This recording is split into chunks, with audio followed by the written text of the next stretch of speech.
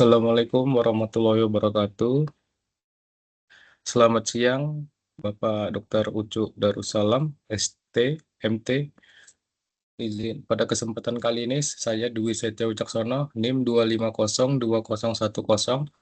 2502010200870 dari kelas MJ 808 akan mempresentasikan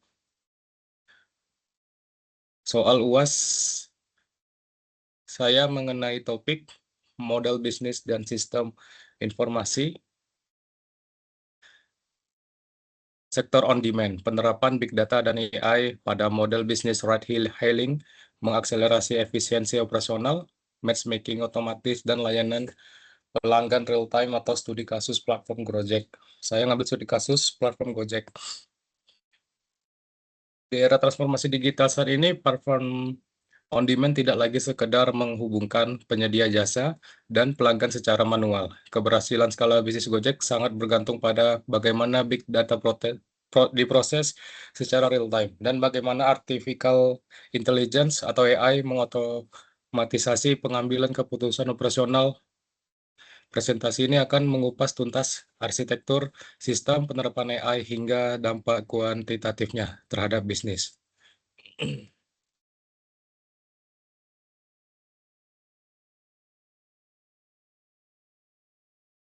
Slide bagian 1, alur sistem informasi existing. Itu sebelum kita membahas tingkat kecerdasan buatan AI, sangat krusial untuk memahami di fondasi bagaimana data mengalir secara real time. Di dalam sistem ride-hailing, sistem ini menghubungkan tiga entitas utama secara simultan, yaitu pengguna customer, server pusat atau cloud ecosystem, dan mitra pengemudi atau driver. Mari kita lihat alur terperincinya pada slide berikutnya. Izin Bapak, alur sistem pemrosesan data real-time ini terbagi menjadi 4 tahap utama. Yang pertama yaitu input dan kalkulasi rute. Itu ketika pengguna membuka aplikasi dan menentukan lokasi, aplikasi mengekstraksi koordinat GPS secara presisi. Server pusat secara otomatis menghitung estimasi jarak, waktu, tempuh, dan proyeksi tarif dasar. Yang kedua itu algoritma matchmaking. Itu server menyaring mitra pengemudi yang berada dalam status aktif dan berada pada radius spasial optimal. Penawaran order atau ping kemudian dikirimkan secara instan ke perangkat driver. Yang ketiga ada pelacakan GPS continuously. Itu berarti selama proses penjemputan hingga pengantaran koordinat lokasi driver disinkronisasi ke server dan aplikasi penumpang setiap 2 hingga 3 detik ke aplikasi pengguna selama perjalanan. Yang keempat yaitu penyelesaian transaksi. Setelah perjalanan usai, sistem melakukan eksekusi pembayaran otomatis melalui e-wallet atau tunai, dilanjutkan dengan perekaman ulasan dan rating sebagai input feedback system.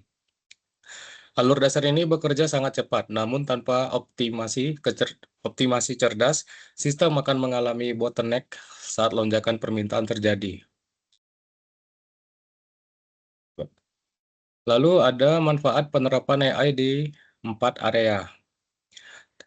Transformasi proses bisnis dari berbasis aturan konvensional menjadi keputusan cerdas terautomisasi.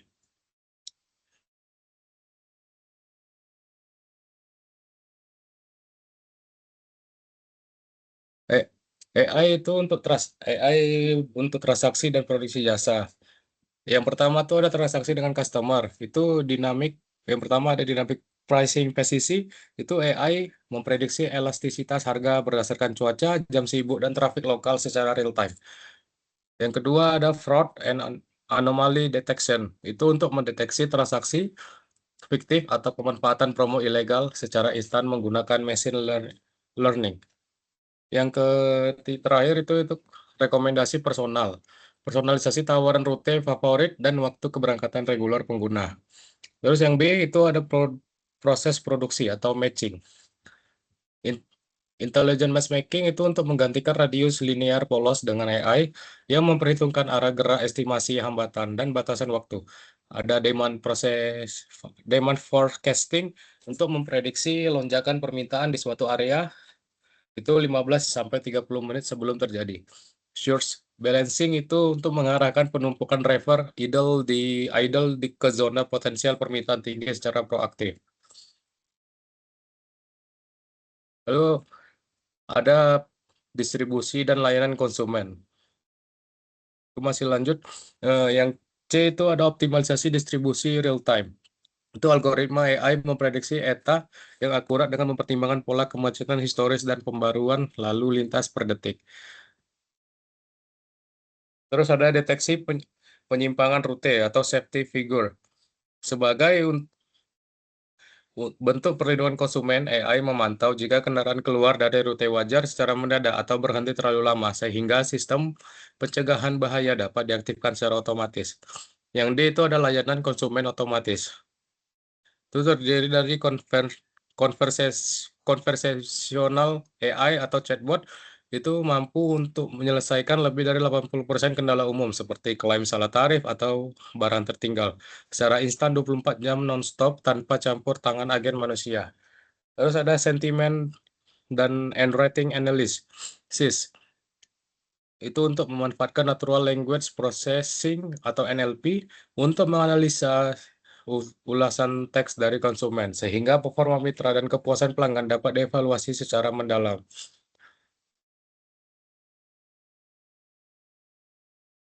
Berikutnya ada rancangan arsitektur big data.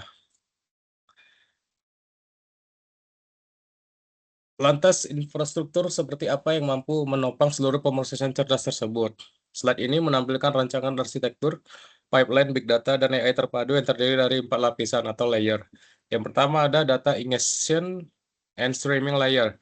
Itu menggunakan kombinasi Apache Kafka dan Apache Flink untuk menyerap jutaan event stream per detik, seperti data GPS, log, transaksi, dan aktivitas aplikasi dengan latensi amat rendah, yaitu di bawah 100 milidetik. Yang kedua ada data lakehouse storage, itu untuk menggabungkan delta lake atau iceberg untuk menyimpan data terstruktur dan unstructured seperti log chat, audio, dan GPS secara terpusat. Yang ketiga ada feature store and ML engine, itu layer feature store atau FIS menyediakan atribut real time untuk model deep learning dan inference engine. Yang keempat itu ada decision and action layer. Itu berarti hasil prediksi AI dialirkan kembali ke microservice untuk mengeksekusi penetapan harga dinamis, pencocokan order hingga pembaruan pada dashboard keputusan bisnis.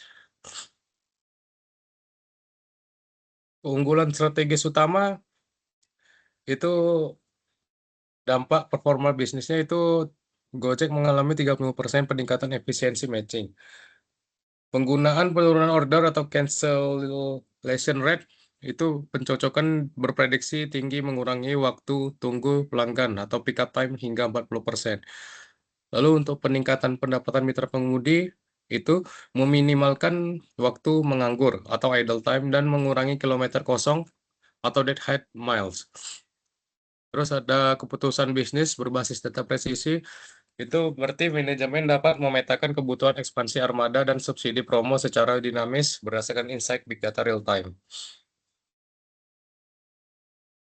Ini ada referensi jurnal akademis Pak, itu Deep Reinforcement Learning atau DRL. Rujukan utama itu Kin et al. Tahun 2020. Ini mengatakan ride hailing order dispatching at DD via reinforcement learning, informs journal on applied analytics. Metode yang diusulkan yaitu metode memodelkan pengalokasian pesanan sebagai semi Markov decision process atau SMDP. Menggunakan algoritma Deep Q Network atau DQN untuk mengoptimalkan pendapatan kumulatif pengemudi dan kepuasan pelanggan secara spasial temporal. Terus ada tahapan rekomendasi implementasi ya Pak. Itu terdiri dari 4 fase. Fase pertama itu